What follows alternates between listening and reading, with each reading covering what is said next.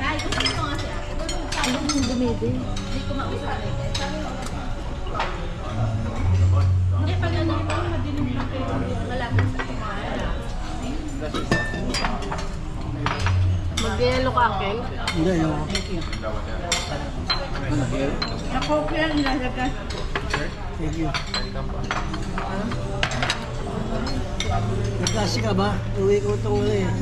Sa akin. Uwi ko. Bakit? Depende ako. Bakit? Maasa ko lang wala ko. Bigay tayo ng tubig. Nangangalakal na siya. Tawagan mo na si Auntie Jones. Sabi mo, nangangalakal na si Uncle. May regalo sa garahe. Hindi, pinamimigay ko doon sa ano. Mahal kaya yung ganito. Kaya? Opo, yung ganyan. No? Mahal pag puro ganyan.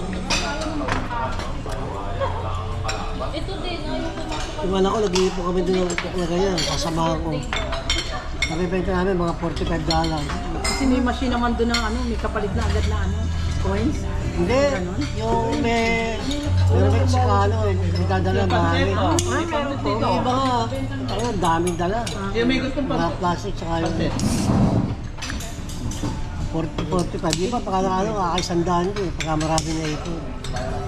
Nakikita ko sa Australia, parang hinuhulog lang nila sa... Hindi sa Australia may machine, tapos sa labas yung coin.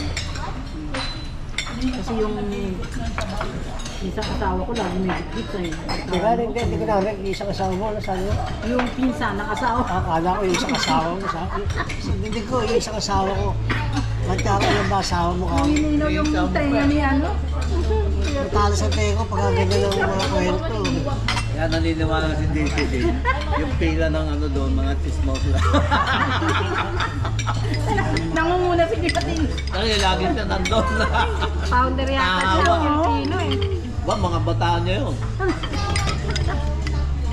Ang sabi ni Danny, bibili ka ng pulutan. Di ba sabi mo, Okay, bibili ito siya nga. Kasi na ano, Taong red door na. anim lang yung anim na, buti lang eh. Bibili ako ng queso pata. Uncle Tino pala founder dun eh. Kaya nga eh. Hindi ako, mga pare ko lang yung mga pare. Mga chismoso yung kumpare ni Uncle eh. Sabihin ko mamaya, pagkaminom kami. Sabihin ko, baka ano siya, sabi niya na, nakabit ko si DJ. Kabit ng Seaman. Nakabit ko si Imam. Eh, asawa ng Seaman eh. Kaya nga eh. Bigyan ko din ang Kaya nga, alis na dito. Kapalay na.